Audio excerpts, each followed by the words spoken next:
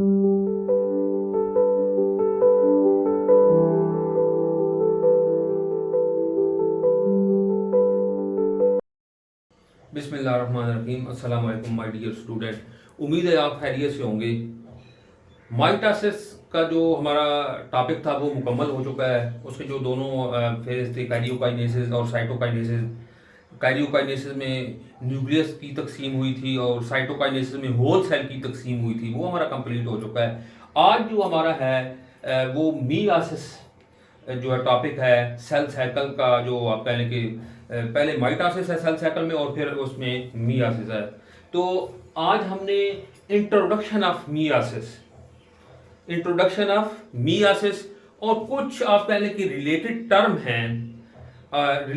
है about the meiosis. अगर आप ये टर्म सीख लेंगे तो मैं कहता हूं कि मियोसिस को समझना आपके लिए कोई प्रॉब्लम नहीं होगा। ये वेरी इंपॉर्टेंट टर्म है, आपने ये लेक्चर जरूर सुनना है और बड़े गौर से सुनना है। और अगर ये टर्म अगर क्लियर हो जाती हैं आपकी, तो मियोसिस को समझने में कोई प्रॉब्लम नहीं होगा। बल्कि मैं तो ये कहूंगा कि मियोसिस आपकी क्लियर हो जाएगी अगर आप ये टर्म जो है वो क्लियर कर लेंगे। तो पहले हमने मियोसिस को पढ़ना है और साथ साथ ये भी हमने देखना है कि थोड़ा डिफरेंस भी देखना है माइटोसिस में और मियोसिस में, कि प्लांट में और एनिमल में, और साथ साथ कि मियोसिस किन सेल में होती है और माइटोसिस किन सेल में होती है। एक्चुअली आमतौर पे सेल जब जो सेल साइकिल हमने पढ़ा था उसमें पहले इंटरफेस था, उसमें सेल जो है अपने आप को तैयार करता था उस तकसीम होने के लिए, उसमें सिर्फ तैयारी करता था। फिर जो आगे डिवीजन है, सेल तकसीम होना है, सेल जो है वो एक पेरेंट सेल से आगे डॉटर सेल बनते हैं, उसमें यानी कि एक माइटोसिस है और एक मियोसिस है। कुछ सेल जो है वो आपको पता है कि मैंने बताया था कि सोमैटिक सेल में जो है वो सेल जो तकसीम होता है वो माइटोसिस के जरिए, और रिप्रोडक्टिव सेल में खासतौर पर जब गमीट्स बनते हैं तो फिर मियोसिस होती है। तो आज हमने पढ़ना है मियोसिस के मुतालिक। सबसे पहले डेफिनेशन है मियोसिस की कि meiosis is the special type of cell division in which number of chromosome in daughter cell is reduced to half as compared to the parent cell।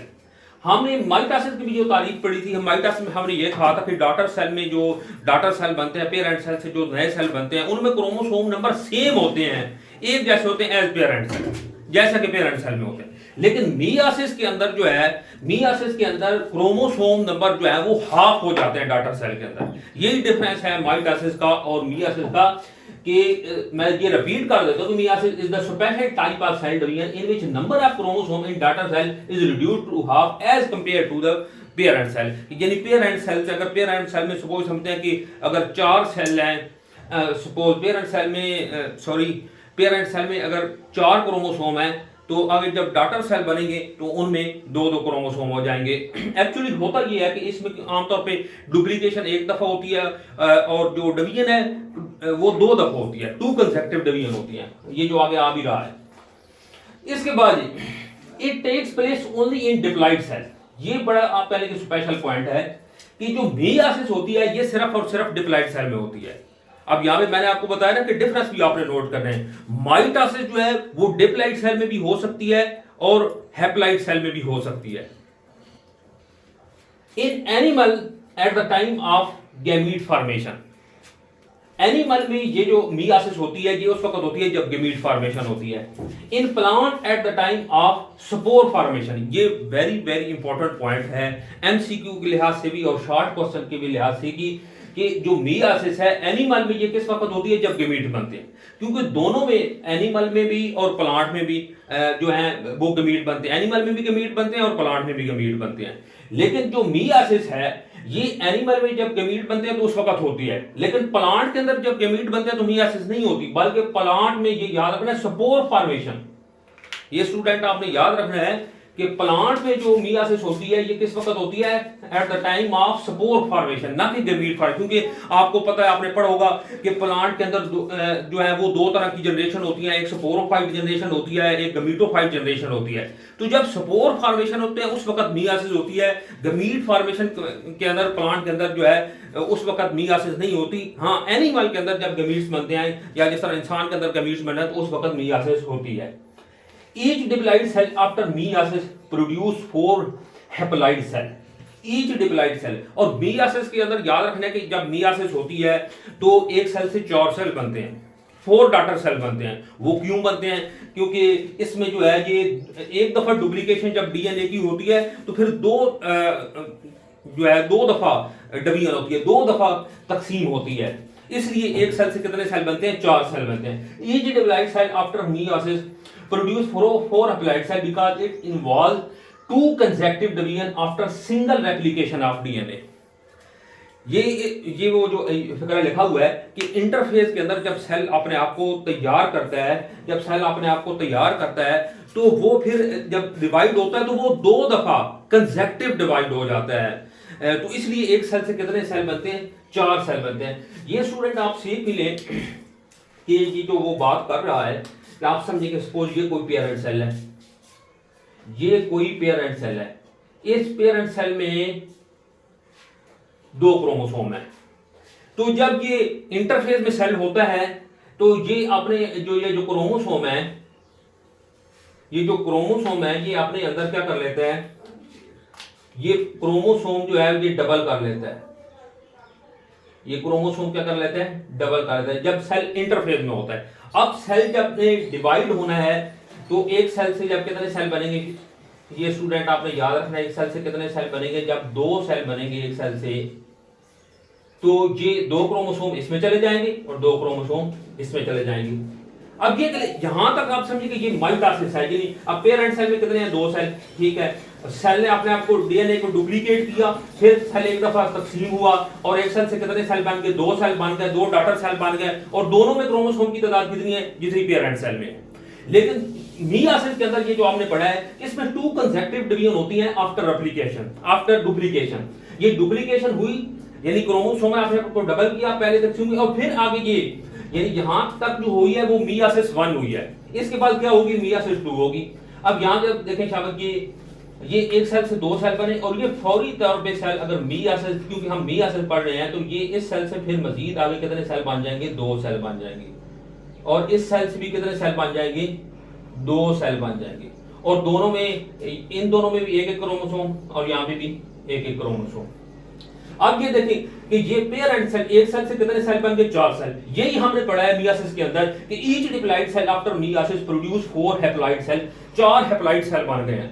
Haploid cell क्योंकि इनमें chromosome जो है वो single हो गए हैं, हाफ हो गए हैं एज पेरेंट सेल।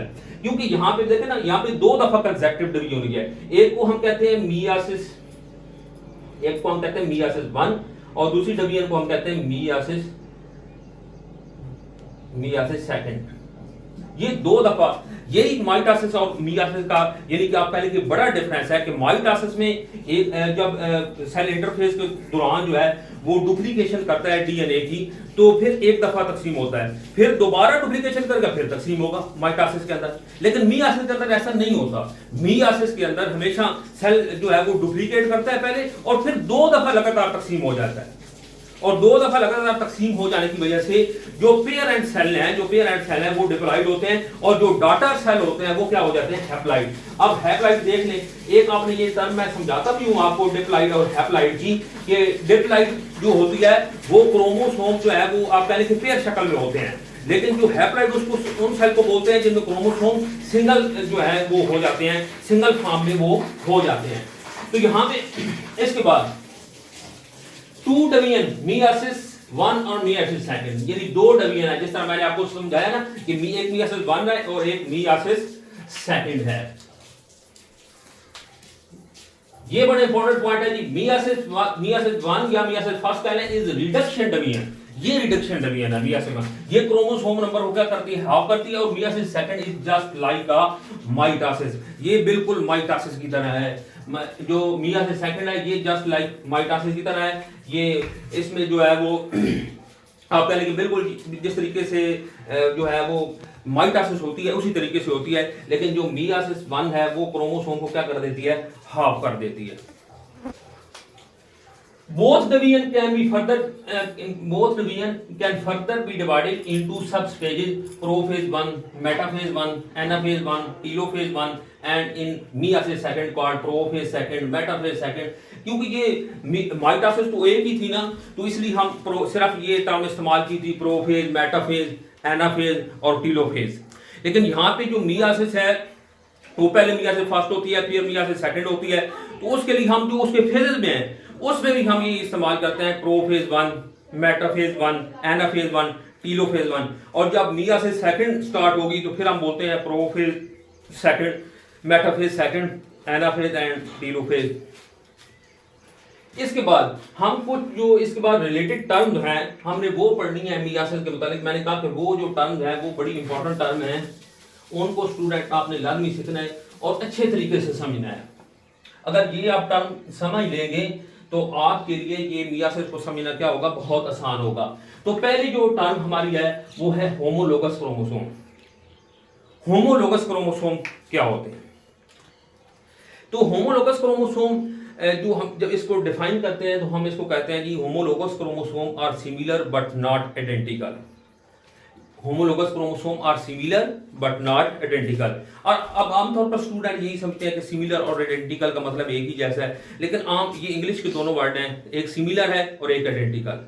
ये थोड़ा इनमें आपने डिफरेंस करना है कि सिमिलर का मतलब भी एक जैसा है, लेकिन उस चीज़ के लिए उन दो चीज़ों के लिए आप इस्तेमाल सिमिलर नहीं करते जो आप कह लें कि 100% एक जैसी हो। 100% एक जैसी हो उनके लिए आप सिमिलर का लफ्ज़ इस्तेमाल नहीं करते। जो 100% एक जैसी होती हैं चीज़ें उनके लिए हम लफ्ज़ इस्तेमाल करते हैं आइडेंटिकल। तो होमोलोगस क्रोमोसोम का क्या क्या कहते हैं कि होमोलोगस क्रोमोसोम आर सिमिलर। हम क्या बोलेंगे कि होमोलोगस क्रोमोसोम, ये लिख लेते हैं तारीफ student, homologous chromosome are similar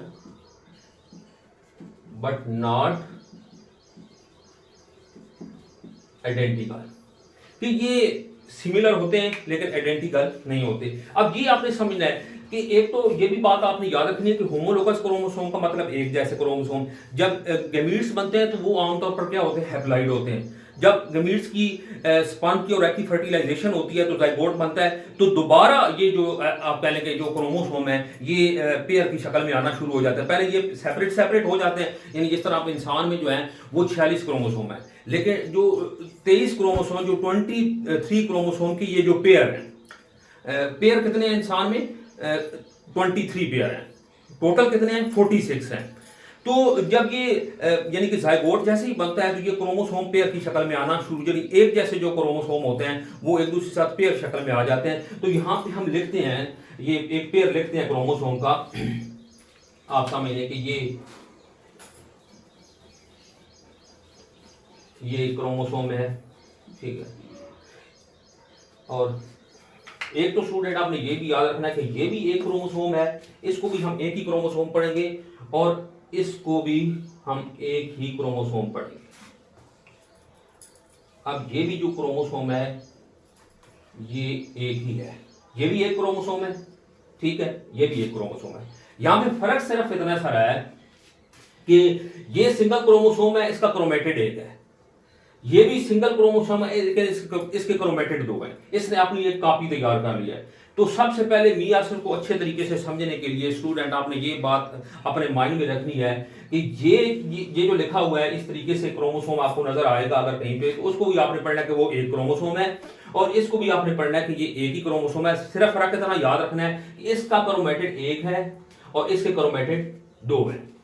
और मजीद इसको अच्छे तरीके से याद रखने के लिए, इस कंसेप्ट को बेहतर करने के लिए आप ये याद रख लें कि अगर सेंट्रोमियर एक हो ना, अगर क्या हो सेंट्रोमियर, अगर सेंट्रोमियर एक है, अगर सेंट्रोमियर एक है तो क्रोमोसोम एक है। आपने सेंट्रोमियर को कंसेप्ट बना लेना है कि जो इस तरीके से आपको नजर आते हैं, तो अगर आपको सेंट्रोमियर एक नजर आता है तो क्रोमोसोम समझ लें कि एक ही है। तो अब हम आते हैं होमोलोगस क्रोमोसोम की, जिसकी हम बात कर रहे थे कि आप समझ लें कि ये जो मैंने कहा ना कि एक जैसे क्रोमोसोम पेयर की शक्ल में आ जाते हैं। अब आप समझ लें कि ये दो क्रोमोसोम हैं, एक ये खड़ा है, एक ये मैंने बना दिया है। अब ये एक जो है क्रोमोसोम ये फादर से, ये आप कह लेंगे फादर से आया है क्रोमोसोम, और ये क्रोमोसोम आया है मदर से। ये दोनों एक जैसे क्रोमोसोम थे और उन्होंने आके पेयर बना लिया। यहाँ पे इनको हम बोलते हैं कि ये जो एक जैसे जो क्रोमोसोम थे, इन्होंने ये जो पेयर बना लिया, होमोलोगस क्रोमोसोम है। अब स्टूडेंट जो सबसे अहम बात है जो आपने समझनी है कि ये सिमिलर होते हैं, आइडेंटिकल नहीं होते। ये बात आपने अच्छे तरीके से समझनी है, थोड़ी तवज्जो आपने ज्यादा देनी है। हम समझते हैं कि ये जो क्रोमोसोम है आपको ये इसकी ये लोकस पे जो नजर है, ये इस लोकस पे जो आपको जीन नजर आ रहा है, ये जीन है आई कलर का, ये जीन है जी आई कलर का, ये जो फादर से है। और बिल्कुल इसी लोकस पे, बिल्कुल उसी लोकस पे, यानी आप समझ लीजिए ये क्रोमोसोम नंबर जो आए हैं ये दोनों आप क्रोमोसोम नंबर 1 है मदर से भी, और जो दूसरा फादर से है वो भी क्रोमोसोम नंबर 1 है। अब इसका भी बिल्कुल इसी पोजीशन के ऊपर, बिल्कुल इसी पोजीशन के ऊपर आई कलर का जो जीन है वो मौजूद है, आई कलर का जीन मौजूद है। तो इनकी लोकस एक है, इनकी लोकस एक है, यानी ये होमोलोग। अब इससे थोड़ा ऊपर चले जाएं, आप इस लोकस को देखें, यहां पे सपोज हम समझें कि हेयर कलर का जीन मौजूद है। कौन सा जी? हेयर कलर का। और बिल्कुल इसी लोकस पे ये जो मदर है उस पे कौन सा क्रोमोसोम मौजूद है? यहां पे भी हेयर कलर का जीन मौजूद है। इसके ऊपर चले जाएं, यहां पे जो है बिल्कुल इसी लोकस पे ये जो फादर है यहां पे स्किन कलर का जीन मौजूद है, यहां पे भी कौन सा मौजूद है जी? स्किन कलर का। तो बिल्कुल एक जैसे पोजीशन पे, एक जैसी लोकस पे मौजूद है, तो ऐसे इसको हम बोलते हैं कि ये सिमिलर है, ये होमोलोगस क्रोमोसोम है। अब ये आइडेंटिकल क्यों नहीं है, ये दूसरी बात आपने समझनी है कि सपोज ये जो फादर से क्रोमोसोम आया हुआ है आई कलर का, ये जो एक्सप्रेशन दे रहा है, ये जो आई बना रहा है ये ब्लैक कलर की बना रहा है। ये जो फादर से आया ये कौन सी आई बना रहा है? आई को कौन सा कलर दे रहा है? ये ब्लैक कलर दे रहा है। और जो मदर से आई कलर का जीन मौजूद है, ये जो मदर से आई कलर का आया है जीन, ये जो आई कलर का है ये भी आई कलर का ही जीन है, लेकिन ये कौन सा बना रहा है जी? ये कौन सा बना रहा है? ये ब्राउन कलर की आई बना रहा है। कौन सा बना रहा है जी? ब्राउन कलर का। अब ये देखें कि ये आइडेंटिकल तो ना हुआ ना, सिमिलर हो गया कि यहाँ पे एक ही पोजीशन पे, एक ही लोकस पे आई कलर का जीन मौजूद है, लेकिन जो जीन जो फादर से है वो ब्लैक कलर बना रहा है, वो ब्लैक कलर का एक्सप्रेस, यानी जो फिनोटाइप दे रहा है आई कलर की वो ब्लैक है, और जो मदर से आया है वो जो फिनोटाइप जो आई कलर दे रहा है वो क्या है? वो ब्राउन है। तो ये समझिए बिल्कुल ये आप समझ लें कि ये सिमिलर थे, लेकिन इसको हम आइडेंटिकल नहीं कह सकते, दोनों अलग अलग एक्सप्रेशन है। इस तरह आप देखें ये हेयर कलर का भी इसी तरह डिफरेंस हो सकता है कि हो सकता है जो फादर से आया हो वो ब्लैक कलर का हो, जो मदर से आया हो वो ब्राउन कलर का हो, या और लाइट ब्राउन कलर का हो, कोई भी कलर हो सकता है। इस तरह स्किन कलर में भी फर्क हो सकता है। तो इसलिए हम कहते हैं कि ये क्रोमोसोम सिमिलर हैं बिल्कुल, और आइडेंटिकल नहीं है। दूसरा एक और भी कंसेप्ट आपने याद रखना है स्टूडेंट, कि जिस तरह आप देखें ना, आप समझ लें कोई दो इंसान ले लें, कोई दो स्टूडेंट ले लें, ठीक है, कोई दो स्टूडेंट बायोलॉजी के ले लें, उनके आप देखेंगे दोनों स्टूडेंट में कितनी आई हैं? 2 आई हैं, 2 आंखें हैं। कितने कान है जी? 2 कान है, ठीक है। उनका आप देख लें उनका नोज देख लें, दोनों में एक नोज है, दोनों में जो है वो एक ही नोज है, एक ही नाक है, दोनों में आंखें कितनी है? 2 हैं, दोनों में कान कितने हैं? 2 हैं, और उनकी लोकेशन भी एक जैसी है, उनकी क्या है? लोकेशन भी एक जैसी है। लेकिन फिर भी हम ये कहते हैं कि ये दोनों जो बायोलॉजी के स्टूडेंट है ये 100% सिमिलर नहीं है। क्यों? अब सिमिलर वो कैसे नहीं, यानी लोकेशन भी सेम है, जो स्ट्रक्चर उनमें मौजूद है, आंखें की जहां पे मौजूद है उसी जगह पे दूसरे स्टूडेंट की भी मौजूद है, कान उसी जगह पे मौजूद है, बिल्कुल नोज भी उसी जगह पे मौजूद है, यानी सेम लोकेशन है बिल्कुल एग्जैक्टली जिस तरह मैंने आपको समझाया कि जीन की जो क्रोमोसोम के ऊपर है सेम लोकस है। लेकिन फर्क क्या है? हो सकता है अब आई का जो साइज है उसका फर्क हो, आंखों का साइज जो है उसका फर्क हो, नाक के साइज का फर्क हो, आंखों का जो कलर है उसका फर्क हो। तो बिल्कुल स्टूडेंट आपने याद रखना है कि लोकेशन का कंसेप्ट जो होमोलोगस क्रोमोसोम क्लियर करने, होमोलोगस क्रोमोसोम का कंसेप्ट क्लियर करने के लिए आप ये याद रख लें कि बेशक उनकी लोकेशन एक जैसी होती है तमाम जीन की क्रोमोसोम के ऊपर, लेकिन उनका जो एक्सप्रेशन है या फिनोटाइप है वो अलग हो सकता है। लोकेशन सेम होनी चाहिए, लेकिन आगे जिस तरह मैंने आपको आंखों की या कानों की एग्जांपल दी, 2 स्टूडेंट की बायोलॉजी के स्टूडेंट जो थे, ठीक है, लेकिन उनका क्या है? साइज का फर्क हो सकता है, उनके आई कलर का फर्क हो सकता है, तो इनको स्टूडेंट हम बोलते हैं होमोलोगस क्रोमोसोम। इसके बाद जो दूसरी टर्म है हमारे पास वो है डिप्लॉइड और हैप्लॉइड सेल। इनमें क्या फर्क होता है? अब ये मैं आपको समझा दूं, ये इस तरह आप देखें, ये एक सेल है, आप समझ लीजिए ये डिप्लॉइड सेल है। अब इसमें ये देखें शाबाश, ये क्रोमोसोम जो है, ये क्रोमोसोम आपको नजर आ रहे होंगे इसके अंदर, ये पेयर शक्ल में मौजूद है। ये किस शक्ल में? ये मैंने 2 पेयर बना दिए हैं। ये क्रोमोसोम किस शक्ल में मौजूद है? पेयर शक्ल में मौजूद होते हैं। किसके अंदर? डिप्लॉइड सेल के अंदर। जबकि नीचे आप हैप्लॉइड सेल बना लें तो बिल्कुल ये इस तरीके से सिंगल फॉर्म में होते हैं, ये ऐसे।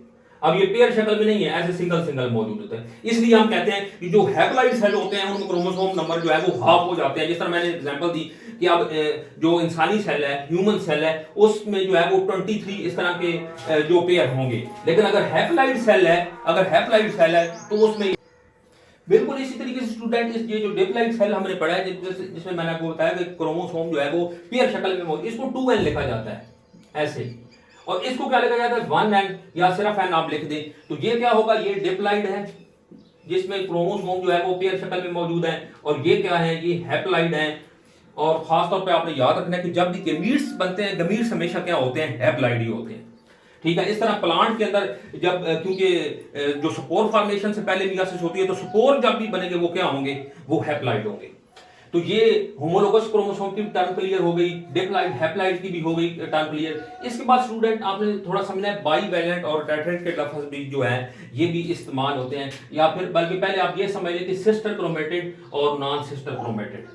तो ये मैं दोबारा ये नीचे क्रोमोसोम बना देता हूँ। ये एक समझ लें कि ये क्रोमोसोम है। अब ये तो आपको स्टूडेंट पता चल गया होगा ना कि इस क्रोमोसोम के कितने क्रोमेटिड हैं जी। इस क्रोमोसोम के 2 क्रोमेटिड हैं। ये एक क्रोमेटिड नहीं है इस क्रोमोसोम का। ये दूसरा क्रोमोसोम मैं बना देता हूं। ये समझे कि ये दोनों जो हैं ये क्या हैं, ये दोनों होमोलोगस क्रोमोसोम हैं। दोनों क्या हैं, होमोलोगस क्रोमोसोम। तो ये इस क्रोमोसोम के भी, इस क्रोमोसोम की भी 2 क्रोमेटिड है, इस क्रोमोसोम की भी 2 क्रोमेटिड है। तो सिर्फ हम इस क्रोमोसोम के अगर 2 क्रोमेटिड के लेते हैं तो इसका एक क्रोमेटिड ये है और एक क्रोमेटिड ये है। इसमें यानी कितने क्रोमेटिड हो गए, 2। तो ये इस क्रोमोसोम के सिस्टर क्रोमेटिड कहलाएंगे। ये दोनों क्या कहलाएंगे, शाबाश, ये दोनों इस क्रोमोसोम के सिस्टर क्रोमेटिड कहलाएंगे। ये इस क्रोमोसोम के सिस्टर। और बिल्कुल इसी तरीके से अब यहां पे लिखने की जरूरत नहीं है, इस क्रोमोसोम की भी ये जो दोनों क्रोमेटिड हैं ये सिस्टर क्रोमेटिड कहलाएंगे अपने आप में यानी कि इनके सिस्टर क्रोमेटिड हैं। लेकिन हम ये करते हैं कि एक क्रोमोसोम जो है, सॉरी, हम इस क्रोमोसोम का एक क्रोमेटिड ले लेते हैं और इस क्रोमोसोम का एक क्रोमेटिड ले लेते हैं। तो हमने ये 2 अब ये दोनों अलग अलग, इस क्रोमोसोम का एक क्रोमेटिड, इस क्रोमोसोम यानी जो फादर से आया हुआ है उसका क्रोमेटिड हमने एक ले लिया, और एक मदर से आया हुआ है उसका क्रोमेटिड हमने एक ले लिया। तो अब हम ये बोलेंगे कि ये होमोलोगस क्रोमोसोम के नॉन सिस्टर क्रोमेटिड है। होमोलोगस क्रोमोसोम के नॉन सिस्टर क्रोमेटिड हैं। तो स्टूडेंट उम्मीद है आपको ये समझ आ गए होंगे सिस्टर क्रोमेटिड और नॉन सिस्टर क्रोमेटिड में क्या फर्क होता है। और ये भी आपने स्टूडेंट याद रखना है कि जो जब आपकी क्रॉसिंग ओवर होती है, साइनेप्सिस होती है, क्रॉसिंग ओवर होती है, जो उसकी अपना उसका मटेरियल, जो क्रोमोसोम का मटेरियल आपस में एक्सचेंज होता है, वो हमेशा नॉन सिस्टर क्रोमेटिड के दरमियान होता है। किन के दरमियान होता है, होमोलोगस क्रोमोसोम के नॉन सिस्टर क्रोमेटिड के दरमियान एक्सचेंज ऑफ जेनेटिक मटेरियल होता है, जिसकी वजह से आगे जो डीएनए बनेगा वो रिकम्बिनेंट डीएनए बनेगा। इसके बाद स्टूडेंट ये 2 टर्में हैं छोटी छोटी, बाईवैलेंट और टेट्रेट। अब इसको भी आपने समझना है, बाईवैलेंट और टेट्रेट। ये जो आपको क्रोमोसोम आप समझ लीजिए, अब मैं ये दोबारा बना रहा हूं आपके लिए कि ये एक क्रोमोसोम आपको नजर आ रहा होगा। ये अब इसकी क्रोमेटिड कितने हैं जी, ये 2 हैं। क्योंकि आमतौर पर इस तरीके से ना क्रोमोसोम पेयर की शक्ल में होते हैं, होमोलोगस पेयर की शक्ल में, होमोलोगस क्रोमोसोम जिनको हम कहते हैं ना, जोड़े बना लेते हैं। अब ये पेयर है। अब इस क्रोमोसोम के ये 2 क्रोमोसोम है, ये एक क्रोमोसोम नहीं है, ये 2 क्रोमोसोम है। तो इसको 2 क्रोमोसोम के लिए हम एक बार दफा टर्म इस्तेमाल कर लेते हैं बाईवैलेंट की। कौन सी, बाईवैलेंट की। लेकिन इन्हीं 2 क्रोमोसोम को अगर आप देखें तो इनमें क्रोमेटिड कितने हैं, इस क्रोमोसोम में भी 2 क्रोमेटिड है और इस क्रोमोसोम में भी 2 क्रोमेटिड है। तो ये क्रोमेटिड कितने बन गए, 4। तो इसलिए हम कहते हैं कि इसके लिए टेट्रेट की टर्म भी इस्तेमाल की जाती है। यानी जो टेट्रेट की टर्म है, पहली टर्म मैंने आपको कौन सी बताई थी, बाईवैलेंट, वो क्रोमोसोम के हिसाब से बताई थी, टोटल क्रोमोसोम हिसाब से 2 क्रोमोसोम है पेयर शक्ल में। लेकिन जो दूसरी मैंने आपको टर्म बताई है वो कौन सी बताई है, टेट्रेट। ये जो टेट्रेट टर्म है, ये टेट्रा सेल्युलर, टेट्रा का मतलब भी 4 होता है। तो ये किसके लिहाज से, ये है क्रोमेटिड के लिहाज से, कि एक जो क्रोमोसोम में आमतौर पर जब डुप्लीकेशन होती है ना, ये हमने पहले पढ़ा है कि जब क्रोमोसोम जो है उसने सेल ने जब डिवाइड होना होता है तो वो पहले अपने आप को डुप्लीकेट करता है, डुप्लीकेट करने के बाद फिर अपने आप को क्या करता है, वो तकसीम करता है। तो बिल्कुल इसी तरीके से जब ये डुप्लीकेट करता है तो उसका एक क्रोमेटिड नहीं रहता बल्कि वो दो क्रोमेटिड हो जाते हैं। और दूसरी बात, बल्कि लास्ट बात होगी आज की, जो कि बहुत ही इंपॉर्टेंट बात है, कि जो मियासिस है वो हमेशा डिप्लॉइड सेल के अंदर होती है, डिप्लॉइड सेल के अंदर होती है और डुप्लीकेटेड सेल के अंदर होती है। माइटोसिस जो है वो डिप्लॉइड सेल के अंदर भी हो सकती है और हैप्लॉइड सेल के भी अंदर हो सकती है। हाँ, डुप्लीकेशन लाजमी होगी, डुप्लीकेशन लाजमी होगी। आप ये समझ लें स्टूडेंट, याद रखें कि जो डुप्लीकेशन है, जो क्रोमोसोम की डुप्लीकेशन है या डीएनए की जो डुप्लीकेशन है, ये दो, जब माइटोसिस होती है तो पहले डुप्लीकेशन होगी फिर माइटोसिस होगी, ठीक है। और जो मियासिस है उसमें भी बिल्कुल पहले डुप्लीकेशन होगी फिर मियासिस होगी। लेकिन एक फर्क है कि माइटोसिस हैप्लॉइड सेल में भी हो सकती है और डिप्लॉइड सेल में भी हो सकती है, लेकिन मियासिस हमेशा याद रखें, जो आज का हमारा टॉपिक है, ये हमेशा सिर्फ और सिर्फ डिप्लॉइड सेल के अंदर होती है, जबकि माइटोसिस जो है वो दोनों में, डिप्लॉइड सेल में भी और हैप्लॉइड सेल में भी हो सकती है। एक और बात है कि जो मैंने आपको डिफरेंस बताया, एक G2 फेज होता है, G2 फेज, वो भी मियासिस के अंदर, जो हमने सेल साइकिल के अंदर पढ़ा था, वो भी G2 फेज भी सिर्फ और सिर्फ माइटोसिस के अंदर होता है। मियासिस के अंदर जो है वो G2 फेज जो है वो मिस हो जाता है। तो स्टूडेंट, आज के लिए इतना ही। अल्लाह हाफिज।